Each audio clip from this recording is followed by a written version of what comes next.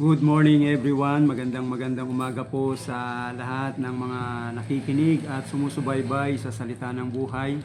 Pagpalain po tayo ng Panginoon sa umagang ito mga kapatid.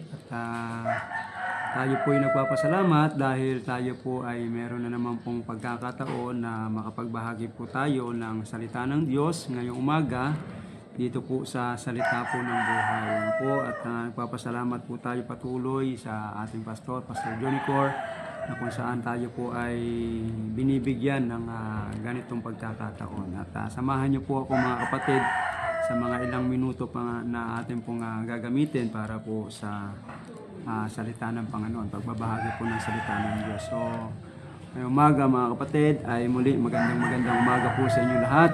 At tayo muna po ay mananalangin bago po tayo magbasa ng ating text sa umagang ito. Tayo po ay manalangin. Ama namin Diyos na dakila at makapangyarihan sa lahat. Panginoon, kami po ay muling nagpapasalamat, Panginoon, sa inyong pong biyaya, Panginoon, sa amin. Salamat sa kalakasan, salamat sa pag-ibig, salamat, Panginoon Diyos, sa mga bagay, Panginoon, na inyong pong ginagawa po sa amin, Panginoon. Maraming salamat po sa lahat ng pagpapala, Panginoon. Lord, dinadalain ko po ngayong umaga, Panginoon, ay tulungan niyo po ako at bigyan niyo po ako ng mga salita mula sa inyong mga bibig. At dalangin ko, O Diyos, Panginoon, na maging pagpapala, Panginoon, ang inyong po mga salita at maging hamon at maging reminders po sa amin, Panginoon. Pagpalain niyo po ang programa ng Salita ng Buhay, pagpalain niyo po mga kapastoran na siyang patuloy niyo pong ginagamit, Panginoon, at pagpalain niyo rin po mga viewers, ang mga listeners, Panginoon, ng Salita ng Buhay. Ito po ang aming dalangin sa pangalan ng aming Panginoon Jesus at tagapagligtas. Amen. Okay, so muli magandang umaga po sa bawat isa at ngayon po ay dito po tayo sa ating pong mga Bible sa Ephesians chapter 5 verse number 20. Ephesians chapter 5 verse number 20. So puro kung meron po kayong mga Bible dyan po sa inyong po mga tahanan ay pwede nyo lang pong buksan. Ano po? Ephesians chapter 5 verse number 20, ang sabi po ng Bible, give thanks always, all things unto God and the Father in the name of our Lord Jesus Christ. So sabi ng Bible, give thanks always for all things. So magbigay ng pasasalamat lagi, no? For all things, sa lahat ng mga bagay unto God, para sa ating Panginoong Hesus na siyang Ama natin at sa pamamagitan ng kanyang pangalan. In the name of our Lord Jesus Christ. So kaya nga ngayong umaga mga kapatid, ang devotion natin ngayong umaga is about thanksgiving or pasasalamat or pagpapasalamat sa Panginoon. Ano po? Kaya nga sabi ng Bible, lagi kayong magpasalamat sa Diyos. Sabi ng Ephesians chapter 5 verse 20, lagi kayong magpasalamat sa Diyos. Ano po? Tayo po ay inuutusan ng Panginoon na ng verse na ito na kung saan ay always give thanks to God. No? Tayo po ay laging magpasalamat dahil naghihintay ang Panginoon ng pagpapasalamat natin. Ano po? Sa lahat ng ating sa lahat ng kanya pong mga ginagawa sa atin, mga kapatid, we need to give thanks for the Lord. Kailangan po natin na lagi po tayo nagpapasalamat sa Panginoon. Ang sabi nga ng 1 Thessalonians chapter 5 verse 18, in everything give thanks, for this is the will of God in Christ Jesus concerning you. No, magpasalamat tayo mga kapatid sa lahat ng mga bagay na ibinibigay niya sa atin. At ito yung kalooban ng Diyos sa atin mga kapatid. So dapat tayong magpasalamat sa Panginoon. Okay? Ano man ang mangyari, ano man ang nangyayari sa ating buhay, dapat pa rin tayong magpasalamat sa Diyos. Na po, meron man tayo o wala, magpasalamat sa Diyos. Give thanks to the Lord.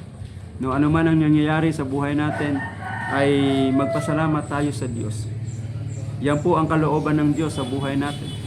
1 Thessalonians 5:18, in everything give thanks, for this is the will of God in Christ Jesus concerning you. Turuan natin ang ating sarili na maging positibo sa buhay, mga kapatid. Na huwag tayong laging negatibo. Ito po, dapat lagi tayong positive sa buhay natin. Ano man ang sitwasyon na mayroon tayo, ano man ang kalalagayan na mayroon tayo sa buhay natin, ay kailangan natin mga kapatid maging positibo dahil meron tayong Diyos. Hindi dapat tayo laging negative na parang walang magagawa, no? Parang walang kakayanan. Mga kapatid, ang Diyos po ay merong kakayanan. No, sabi ng Bible, without God, no, we are nothing. Pero ang Panginoon, mga kapatid, pagkasama natin ng Diyos, ay wala pong imposible, sabi ng Bible. For with God, nothing shall be impossible. Kaya nga dapat lagi ang Kristiyano maging positive sa kanyang buhay bilang isang mananampalataya. So turuan natin na tayo po ay maging positibo, no, sa lahat ng sitwasyon ng ating buhay. Turuan natin ang ating sarili na magpasalamat sa Diyos, na po, at magbigay ng pagpapasalamat sa Panginoon dahil yan po ang gusto ng Diyos, no, sa buhay po natin. And everything give thanks, for this is the will of God in Christ Jesus concerning you. Amen. So ngayong umaga, what is the reason for give thanks? Ano ba yung mga bagay? Ano yung bagay na dahilan? No? Ano yung mga dahilan ng para tayo ay magpasalamat sa Panginoon? Opo. What is the reason for giving thanks? Ano yung mga dahilan para magbigay tayo ng pasasalamat sa Diyos? Kaya nga sabi kanina, in everything, give thanks. No? For this is the will of God. No? Magpasalamat tayo dahil yun ang kalooban ng Diyos. And this morning, what is the reason for giving thanks? Ano yung mga dahilan ng pagpapasalamat? Ano yung mga dahilan ng pagpapasalamat natin sa Diyos? Number 1, dito po sa Ephesians chapter 5 verse 20 na ating pong binasa, sabi ng Ephesians chapter 5 verse 20, give thanks always for all things unto God and the Father in the name of our Lord Jesus Christ. So makita natin dyan, give thanks for everything, no, na magpasalamat tayo sa lahat ng bagay. No, magpasalamat tayo sa lahat ng bagay na ibinibigay ng Diyos sa atin. No, material, financial, lahat, mga kapatid, na pagpapala ay binibigay ng Diyos sa atin. No? Anumang sitwasyon, no? Anumang pagpapala yan, mga kapatid, yan ay galing sa Panginoon. At mga blessing na tinatanggap natin ay galing po sa Panginoon. Ano po? At sabi ng Biblia, magpasalamat tayo sa lahat ng bagay. We need to give thanks because of everything. No? Magpasalamat tayo sa Diyos dahil sa lahat ng mga bagay. Amen. Sa lahat ng bagay na tinatamasa mo ngayon, no, binibigyan tayo ng pagkakataon ng mga pagpapala na hindi nating inaasahan. Ano po? Mga blessing na ibinibigay ng Diyos. Kalakasan, no, katalinuhan, no, mga bagay. Maraming bagay ang dapat natin ipagpasalamat sa Panginoon. Una, siyempre, kaligtasan. No, yung kaligtasan na ibinigay ng Diyos sa atin ay dapat natin ipagpasalamat sa Diyos dahil tayo po ay naligtas. No? Paano kaya kung hindi tayo nakakilala sa Diyos? Paano kung hindi tayo naligtas? Ano yung buhay na mayroon po tayo? Kaya sa araw-araw ng buhay natin, mga kapatid, ay dapat tayong nagpapasalamat sa Panginoon. No? Dahil tayo po ay niligtas ng Diyos. Tayo po ay binago ng Diyos. Tayo po ay ginagamit ng Diyos. Tayo po ay binibigyan ng pagkakataon ng Diyos na magpasalamat sa Panginoon. Alam niyo po, hindi naniningil ang Diyos. Ano po? Hindi siya naniningil, pero kailangan natin magpasalamat sa Panginoon sa lahat ng bagay na ibinibigay niya sa atin. Ano pa? Pangalawa, we need to give thanks because of His work.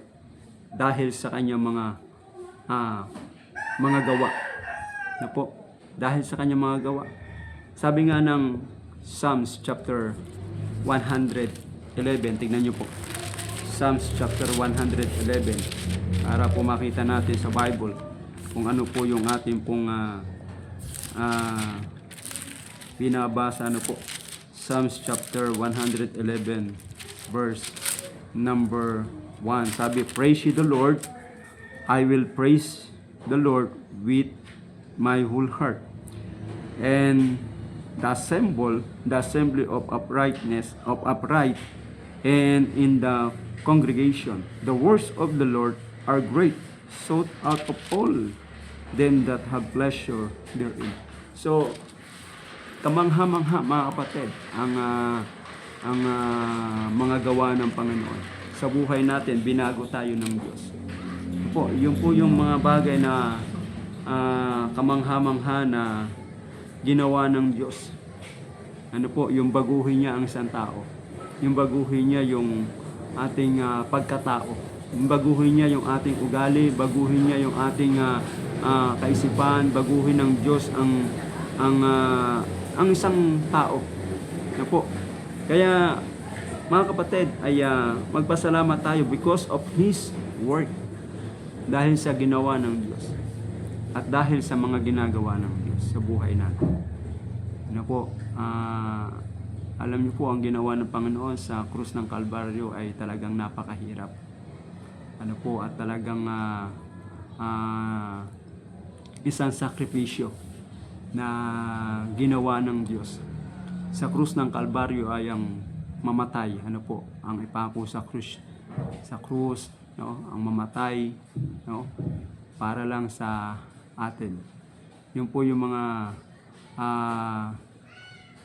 ginawa ng Diyos na kung saan ay isang kamangha-manghang bagay at dapat yan ipagpasalamat, no, ipagpasalamat dahil una ay sabi ko nga, niligtas tayo ng Diyos, binago tayo ng Diyos, binigyan tayo ng Diyos ng buhay na walang hanggan. Ano po, yan yung mga bagay na dapat natin ipagpasalamat sa Panginoon, no? And everything, sa lahat ng bagay, magpasalamat tayo sa lahat ng bagay mga kapatid. Ano mang sitwasyon meron ka ngayon, no? Ano mang ang mga pagpapala na meron ka ngayon, eh, ipagpasalamat mo sa Diyos. Magpasalamat ka sa Panginoon, nakakakain ka sa loob ng isang araw ng 3 beses.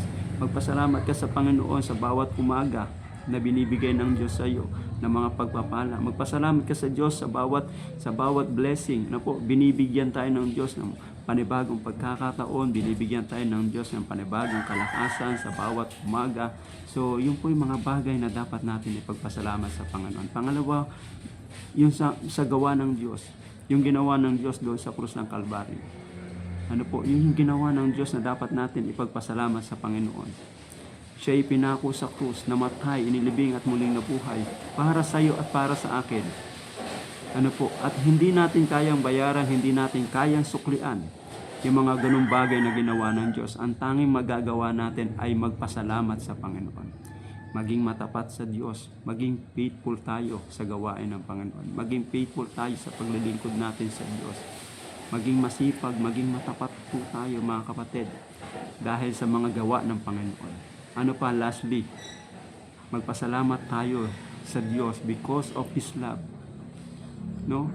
Una, dahil sa lahat ng bagay, magpasalamat tayo sa Diyos. Pangalawa, sa kanyang mga ginawa, sa kanyang mga gawa, ginawa niya sa krus, ginawa niya sa atin, binago tayo ng Diyos, binigyan tayo ng kaligtasan. And pangatlo, lastly mga kapatid, we need to give thanks for His love. No, magpasalamat tayo sa Diyos dahil sa kanyang pag-ibig. Inibig tayo ng Diyos. Ikaw at ako, sabi ng Biblia, John 3:16, for God so loved the world that He gave His only begotten Son, and that whosoever believeth in Him should not perish but have everlasting life. Isa sa mga bagay na dapat ipagpasalamat natin sa Diyos ay inibig tayo ng Diyos. Sino ba tayo para mahalin ng Diyos? Wala tayong may pagmamalaki sa Panginoon, mga kapatid. Sa mga nakikinig po sa atin, wala tayong maipagmamalaki sa Diyos. Without God, we are nothing. Pero salamat sa Diyos dahil inibig tayo ng Diyos.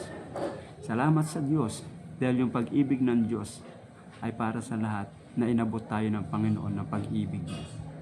So yung mga bagay na dapat natin ipagpasalamat sa Panginoon. Hindi lang mga material blessing. Hindi lang yung mga bagong cellphone.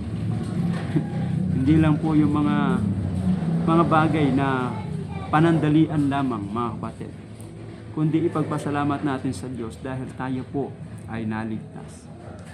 Tayo po'y binago ng Diyos. Tayo po'y minahal ng Diyos. Na hindi tayo karapat dapat mahalin, hindi tayo karapat dapat ibigin, hindi tayo karapat dapat. Pero minahal pa rin tayo ng Diyos. At yung pagmamahal na yun, hindi natin kayang bayaran. Hindi natin kayang palitan ng anumang mga bagay. Kaya mga kapatid, magpasalamat tayo sa Diyos.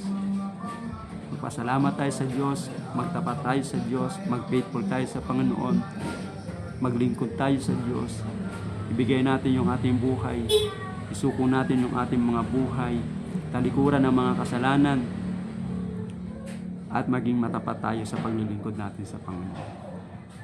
Dahil merong Diyos na nagbigay sa iyo ng buhay, ng kaligtasan, at ng mga blessing, mga pagpapala na natatanggap mo ngayon. Sana mga kapatid ay naging blessing, naging pagpapala, naging reminders ngayong umaga ang salita ng Diyos na ating pong napakinggan. Tayo po ay manalangin. Manaming Diyos na dakila at makapangyarihan sa lahat, kami po Panginoon ay nagpapasalamat sa lahat ng mga bagay na meron po kami. Sa lahat ng mga blessing na ibinibigay niyo po sa amin, Panginoon. Salamat Panginoong Diyos sa inyo pong mga dakilang gawa.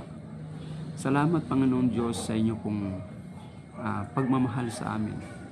Na kung saan Panginoon kami po ay hindi karapat dapat ibigin, hindi karapat dapat mahalin Panginoon. Pero ginawa niyo kung kami karapat dapat. Hindi kami karapat dapat na maglingkod, pero ginawa niyo kung kami karapat dapat. Salamat o Diyos sa mga pagpapala na patuloy niyo pong pinapagkaloob-usan. Panginoon, pagpalahin niyo po ang bawat isa. Ang mga nakikinig, ang mga nakasubaybay, ang mga kapastoran, ang mga kamanggagawa Panginoon. At higit sa lahat, Panginoon, pagpalain niyo po ang mga viewers po namin. Bless niyo po sila, Panginoon. At dalayan ko, Diyos, na patuloy niyo pong gamitin ang salita ng buhay para po mas marami pang maabot ng inyo po mga salita. Mga taong hindi pa nakakilala sa inyo ay magkaroon ng pagkakakilala. Kakilanlan sa inyo, Panginoon, na kung saan, Panginoon, sila po tumanggap po sa inyo bilang Panginoon tagapagligtas. Maraming pong salamat sa inyo pong biyaya. Ito po ang aming dalangin sa pangalan ng aming Panginoon Jesus na tagapagligtas. Amen. God bless everyone. Maraming salamat at pagpalain po tayo ng Panginoon.